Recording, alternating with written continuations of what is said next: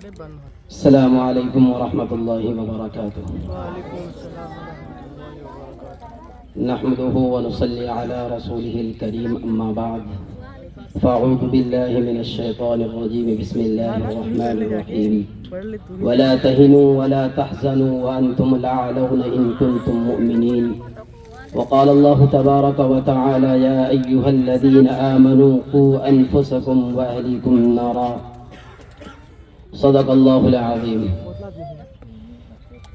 مقتل کی طرف اب جاتے ہیں اے موت تیری لب چوم کے ہم، مقتل کی طرف اب جاتے ہیں اے موت تیرے لب چوم کے ہم، لے جام شہادت پیتے ہیں شاقی کے ادا پہ جھوم کے ہم شمع یقی کے پروانے شعلوں سے محبت کرتے ہیں، اے زیست ہماری راہوں سے ہٹ ہم موت کی عزت کرتے ہیں۔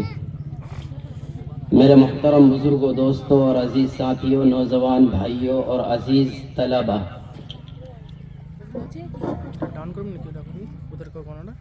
میری اتنی حیثیت نہیں ہے کہ کچھ اس ناچیز اور گنہگار زبان سے کچھ بول سکوں، لیکن اگر کچھ بول دوں تو سب سے پہلے اللہ تعالیٰ سے توفیق مانگنا چاہیے۔ اللہ ہم سبوں کو تو عمل کر دینی مجالس چاہے دو آدمی کی ہو یا کروڑوں کے آدمی کی ہو، وہ اللہ تبارک و تعالیٰ کے یہاں بہت زیادہ مقبول اور معمول ہوتا ہے۔ تو یہاں چھوٹے بچے بھی بیٹھے ہیں اور بڑے بھی ہیں، نوجوان بھائی ہیں، بزرگ لوگ بھی ہیں، اور ٹائم بھی کم ہے، لیکن اس مختصر وقت میں 2-3 بات کہہ کر کے اپنی بات ختم کروں گا، اور اللہ تعالی ہم سبوں کو اس پر عمل کی توفیق عطا فرمائے۔ میری ماں اور بہنیں بھی بیٹھے ہیں، بات اس سے شروع کرنا چاہتا ہوں کہ اللہ تبارک و تعالی نے قرآن کریم کے اندر ارشاد فرمایا، یا ایھا الذین آمنوا قوا انفسکم واہلیکم نارا وقودھا الناس والحجارہ۔ اللہ نے فرمایا کہ اے ایمان والو، ایمان جس کے اندر ہے اب وہ اپنے آپ کو جانے کہ میرے اندر کتنی ایمان کی مضبوطی ہے، اس لیے اللہ نے کہا کہ یا ایھا الذین آمنوا، اے ایمان والو، اپنے آپ کو بھی بچاؤ اور اپنے اہل و عیال کو بھی بچاؤ اس آگ سے جو دہکتی ہوئی جہنم کی ہے۔ تو اب ہم اپنے آپ کو پہلے بچائیں، اس کے بعد نہ اولاد کو بچائیں گے۔ ہماری زندگی تو کٹ گئی، ہم تو اپنی زندگی کو آدھی سے زیادہ زندگی گزار دیے، کب اللہ کا بلاوا آ جائے اور ہم اس دنیا کو چھوڑ دیں۔ تو کسی شاعر نے بولے یوں کہا کہ ایک یہ جہاں اور ایک وہ جہاں، ان دو جہاں کے درمیان فاصلہ ہے ایک سانس کا، چل پڑی تو یہ جہاں، رک گئی تو وہ جہاں۔ تو ان دونوں جہاں، جہاں کے معنی دنیا، ایک یہ دنیا ہے اور ایک وہ دنیا ہے، اور علماء نے کتابوں میں لکھا ہے کہ 3 دنیا ہے۔ سب سے پہلا دنیا جو ہے وہ ماں کا پیٹ، دوسری دنیا یہ جو ہم لوگ بسر کر رہے ہیں، زندگی گزار رہے ہیں، اور تیسرا جو پیٹ ہے وہ آخرت کی ہے۔ اور ان 2 پیٹ، تینوں پیٹوں کے اندر سب سے اہم پیٹ جو ہے وہ آخرت کی ہے، جو لامحدود ہے، جو کبھی ختم ہونے والا نہیں ہے۔ اب ہم ماں کی پیٹ میں تھے تو کس طرح گزارے ہمیں پتہ نہیں ملتا ہے، اور جب ہم اس دنیا میں آئے ہماری آنکھیں کھلے گی تو ہم کو پتہ ہوتا ہے کہ ہم اس دنیا کے اندر کس طرح زندگی گزار رہے ہیں، صحیح گزار رہے ہیں یا غلط گزار رہے ہیں۔ اپنے دل کے اندر جھانک دے، اللہ نے فرمایا اپنے قلب کو جھانکا، قلب کے معنی دل، اس کو جھانکا کیجئے۔ تو ہم اپنے دل کے اندر جھانک کے دیکھیں گے تو ہم کتنے پانی پر ہیں خود پتہ چل جاتا ہے۔ اور ایک دوسری تیسری دنیا ہے جو آخرت والی ہے، اور وہ کبھی بھی ختم ہونے والا نہیں ہے۔ تو اس لیے ہم ماں کی پیٹ سے جو 9 ماہ نکل کے باہر آتے ہیں، ہماری ماں کس طرح ہماری تربیت دیتی ہے، باپ کس طرح چلنا سکھاتا ہے، ایک بہت بڑی لمبی فہرست ہے۔ ہم نے قرآن کریم کے آیت تلاوت کی ہے 2، جس کا ایک کا تعلق ایمان سے ہے کہ وَلَا تَهِنُوا وَلَا تَحْزَنُوا وَأَنْتُمُ الْأَعْلَوْنَ إِن كُنتُم مُؤْمِنِينَ، کہ تم ہی سر بلند رہو گے بشرط یہ کہ تم ایمان پر برقرار رہو۔ اگر تمہارا ایمان ڈگمگا جائے گا تو آپ برقرار نہیں رہیں گے۔ تو اس لیے سب سے پہلے اور دوسری تو آیت کی ہے کہ اپنے آپ کو بھی بچاؤ، اپنے اہل و عیال، اہل و عیال سے مطلب ماں باپ کے بچے جو ہوتے ہیں، اولاد جو ہوتے ہیں. اور آج کے جو اولاد ہیں، ہم کو یقین ہے، میری عمر 27 سال ہے، کہنے کو دیکھنے کو نہیں لگتا، لیکن عمر میری 27 سال ہے. اس 27 سال کے عمر میں آپ بڑے ہیں، لیکن تجربے کے اعتبار سے ایک بات آپ کو کہنا چاہ رہا ہوں، ابھی 70% نوجوان ایسے ہیں جو آپ کے دین سے بہت دور ہے، اتنی دور ہے کہ ماں کا جنازہ رکھا ہوا ہے، اسے دعا یاد نہیں ہے کہ اپنی ماں کی جنازہ میں شریک ہو کر اپنی ماں کو دعا دے.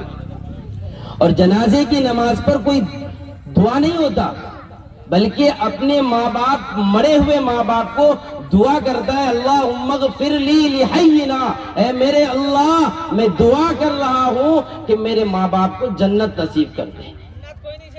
اور ہم لوگ یہ سوچتے ہیں، میں گارنٹی کے ساتھ کہہ سکتا ہوں 70-80% نوجوان ہے آج کو دین کی تعلیم سے بہت دور ہے. کیوں دور ہے بھائی؟ ان کا ذمہ دار کون ہے؟ ان کی یہ اعمال کے وزن جو یہ کون اٹھائیں گے؟ ہم اور آپ. ان کے اولاد جو بگڑتی جا رہی ہے، ان کے ماں باپ ذمہ دار ہیں. یاد رکھیے، کوئی باپ عالم ہو، حافظ ہو، قاری ہو، مفتی ہو، علماء ہو، دین کا دائی ہو، چاہے پورا دنیا ولی اللہ کہو، اگر اس کا بیٹا بگڑ گیا، اللہ کے یہاں اس ولی کا جنت میں جانے کا فیصلہ ہو گیا، اس کو جنت کے گیٹ پر روک دیا جائے گا کہ اپنی اولادوں کی پہلے حساب کتاب کیجئے، اس کے بعد آپ کو جنت جانے کا سدن مل سکتا ہے. آج ہماری اولادیں اتنی تربیت سے، تعلیم سے دور ہوتا چلا جا رہا ہے کہ قسم اس اللہ کی، اگر میں جھوٹ نہ ہوں تو ہم کو کہنے کہ دوسرا اور تیسرا اور چوتھا کلمہ یاد نہیں ہے. جبکہ تیسرا کلمہ کے بارے میں آتا ہے، نبی کریم صلی اللہ علیہ وسلم نے ارشاد فرمایا کہ جس شخص نے عشاء کے بعد، کھانا کھانے کے بعد 3 بار یا 7 بار تیسرا کلمہ پڑھ کے سوئے تو اس کے نامہ اعمال میں ایک حج کا ثواب لکھ دیا جاتا ہے. آج ہمارے اولادوں کو تیسرا کلمہ یاد نہیں ہے. کیوں؟ کہ ہم نے اپنے اولادوں کو کبھی مکتب بھیجنے کا سلسلہ بنایا ہی نہیں. جب بیٹا 7 سال کا ہو گیا، جبکہ رسول اللہ صلی اللہ علیہ وسلم کا حدیث ہے کہ جب بچہ 7 سال کا ہو جائے تو ماں باپ کی ذمہ داری یہ ہے کہ اس کو نماز کے لیے تلقین کرو، مارو مت، اسے سمجھاؤ کہ آپ مسجد جاؤ، اور مسجد جا کے جس طرح لوگ نماز پڑھتے ہیں اس طرح نماز پڑھا کیجئے. اور اسی بچے کے بارے میں دوسری جگہ نبی کریم صلی اللہ علیہ وسلم نے فرمایا کہ جب 10 سال کا ہو جائے تو اس کو تماچا مارا کرو، مطلب تھپڑ سے اس کو تھپتپی دے کر کہو کہ بیٹا مسجد جایا کرو اور اللہ کے سامنے سر سجدے پر رکھو. 10 سال ہو جاتا ہے، یاد رکھیے اولاد جو ہے وہ کچی کمچی کی طرح ہے. جب تک وہ بچہ ہے 6 سال 7 سال 10 سال 12 سال کا ہے، وہ ایسا چیز کی مانند ہے، وہ کچی کمچی ہے. جب کچی کمچی کو آپ توڑیں گے، جس طرف جھکائیں گے اس طرف جھک جائے گا. لیکن وہی بچہ جب 15 سال سے 20 سال ہو جائے گا، اب وہ سوکھی کمچی کی طرح ہو جائے گا. جب سوکھی کمچی کو توڑیں گے تو وہ ٹوٹ سکتا ہے، بگڑ نہیں سکتا. ایسی ہی اولاد کی مانند ہے. اگر آپ اس بچے کو 18 سال 20 سال کے بعد اگر اس کو مسجد جانے کا راستہ سکھا رہے ہیں، وہ آپ کی بات کو نہیں سننے والا ہے، انسنی کر کے کھیلنے کے لیے چلا جائے، کھیلنے کے لیے جانا پسند کرے گا لیکن مسجد جانے کے لیے پسند نہیں کرے گا. یہ کس کی کمی ہے؟ یہ ماں باپ کی کمی ہے. اسی لیے آپ کو ایک بات بتا رہا ہوں، آپ سنے ہوں گے بہت بڑے خواجہ بختیار کاکی رحمت اللہ علیہ، ان کے بارے میں آپ موبائلوں میں سنے ہوں گے کہ بختیار کاکی رحمت اللہ علیہ ماں کے پیٹ میں 17 پارے کا حافظ قرآن بن گیا تھا. کوئی نہیں کہہ سکتا کہ ماں کے پیٹ میں 17 پارے حافظ قرآن کیسے بن سکتا ہے.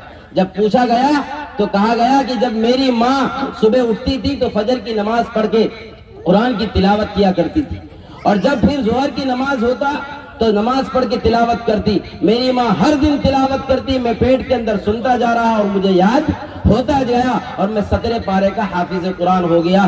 آج ابھی حافظ صاحب نعت پڑھ رہے تھے، قاری صاحب، تو اسی میں کہہ رہے تھے کہ پہلے کی ماں ایسا ہوا کرتی کہ ماں پیٹ کے اندر ہی بچے کو حافظ قرآن بنایا تھا. اور آج اگر تھوڑی دیر کے لیے اولاد رونا پسند کیا، رونا شروع کر دیا، یہاں تک تو اب ایسا ہو گیا کہ دودھ پلائے تب بھی نہ روئے، تب بھی رو ہی رہا ہے. تو آخر اس کو چاہے کیا، دودھ چھڑا کے موبائل پکڑا دیا جائے، وہ چپ ہو جائے گا. یہ عادت کون بگاڑتا ہے؟ کہ ہماری مائیں اور بہنیں. یاد رکھیے اللہ تبارک و تعالی نعمت دیتا ہے، تو نعمت کا حساب بھی اللہ پاک لے گا.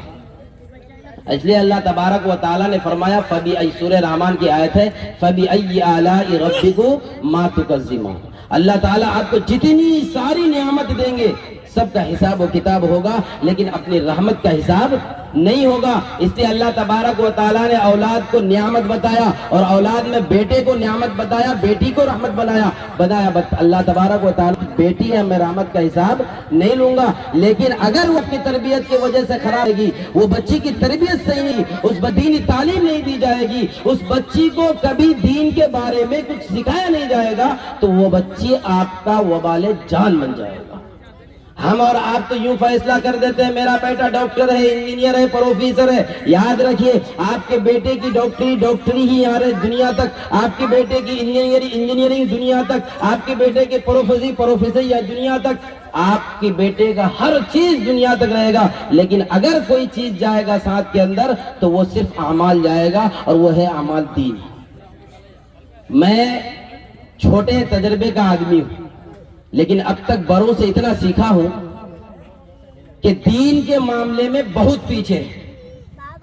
اتنا پیچھے ہیں کہ ابھی میں کچھ دن پہلے ایک جنازے میں شریک ہوا، اور اس کا بیٹا ایک کنارے اپنے باپ کے جنازے کو رکھ کر دوسری طرف بیٹھا ہوا ہے. تو لوگ اس کے بعد جا رہے ہیں، بھیڑ لگا رہے ہیں، سوچ رہے ہیں بیٹا باپ چلا گیا ہوگا تو دنیا رو رہا ہوگا، پریشان ہے، باپ تو باپ ہوا کرتا ہے. تو وہ ایک طرف سب بھیڑ لگا کے اس کے پاس کھڑے ہیں. تو سب تو یہ سوچ کے دیکھنے جا رہے ہیں کہ باپ گزر گیا، بیٹا رو رہا ہے، بیٹا رو رہا ہوگا، اس لیے سمجھانے کے لیے سب لوگ جا رہے ہیں. جب وہاں پہنچے تو ہم بھی دیکھنے کے لیے پہنچے، تو کسی کی مجال نہیں تھی اس بیٹے سے پوچھے کہ بیٹا تم رو کیوں رہے ہو؟ باپ تو تمہارا دنیا سے چلا گیا اور سب کو جانا ہے، تو آخر رو کیوں رہے ہو اتنا؟ تو یاد رکھیے اللہ ایسی دنیا میں اولاد ماں باپ کو دے تو ماں باپ کو نعمت بدل بھی عطا فرمائے. اس بچے سے میں نے ہمت کر کے پوچھا کہ بھائی تم رو کیوں رہے ہو؟ باپ کے چلے جانے سے، یا کوئی تکلیف ہے، یا کوئی قرض ہے باپ کے اوپر اتنا جو تم کو چکانا پڑے؟ یاد رکھیے افسوس، صد افسوس کی بات ہے میرے بزرگوں، میرے ماں اور بہنوں، اس بیٹے نے کیا جواب دیا؟ مجھے اس بیٹے نے اٹھایا اور کہا کہ مولوی صاحب اب ایک سائیڈ آئیے، اور آ کر کے مجھے کان میں کہنے لگا میں باپ کے جانے سے نہیں رو رہا ہوں، باپ کے چلے جانے سے غم کی وجہ سے نہیں رو رہا ہوں. میرا باپ دنیا کے اندر بہت کچھ سکھایا.